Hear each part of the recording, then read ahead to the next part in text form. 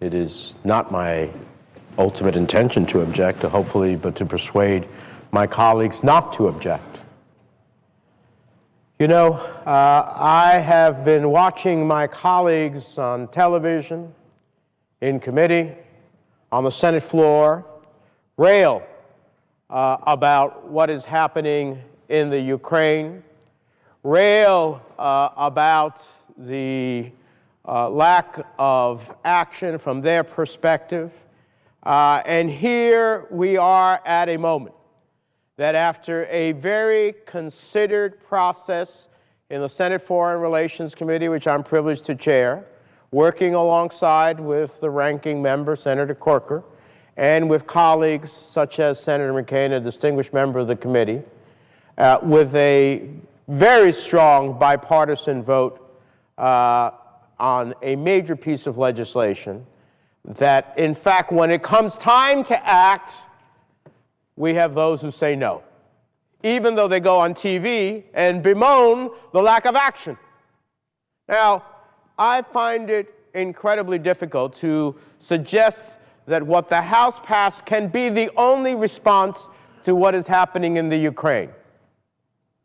Yes, it's a loan guarantee, which we include in our legislation, but by the way, everything that we do, we pay for. So for those who are fiscally conservative and are concerned about, we pay for what we seek to do. That cannot be said of the House.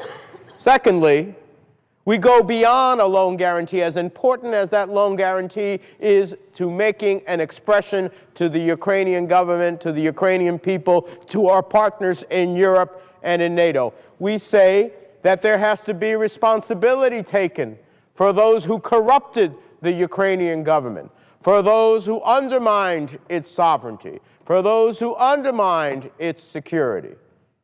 And so we have provisions, both permissive and mandatory, to sanction individuals who have been found to, in fact, so corrupted the circumstances and or affected the territorial integrity or sovereignty of the Ukraine. One of them sponsored by Senator McCain, which was adopted unanimously, a mandatory provision. You want to be doing something about Russia, you can't do it with the House bill, you can only do it with the Senate bill. And then, yes, the IMF. Now, look, I respect people who, for some reason, have an ideological difference about international monetary institutions. But you want to talk about security? You will not have security in the Ukraine if you cannot stabilize it economically. And a $1 billion loan guarantee isn't enough to make that happen. It is the IMF that is going to be the singular force to create the opportunity for economic stability inside of Ukraine, which is fundamental to meeting our security challenge as well.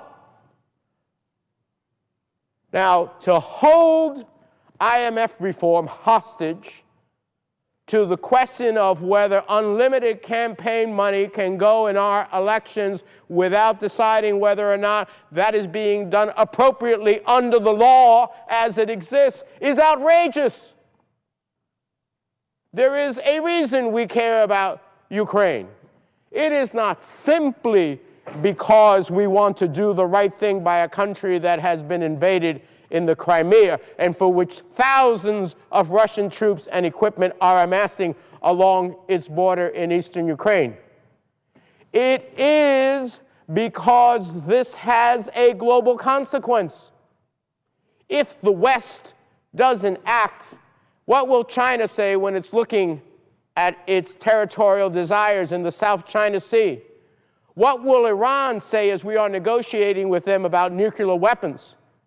What will others in the world, in North Korea, whose march to nuclear weapons on a greater scale is in play?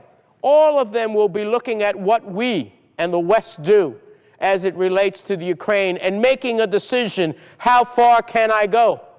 What can I get away with?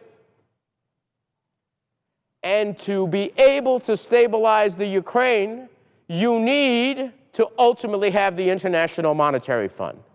And to hold that hostage because of investigations going on, wherever they may lead and however they may lead to the question of campaign finance monies may be inappropriately ultimately being used in violation of law is pretty outrageous. So what's at play here is our national interests, our national security, the sovereignty of the people of the Ukraine, the message that we will send across the world about what we stand ready to do.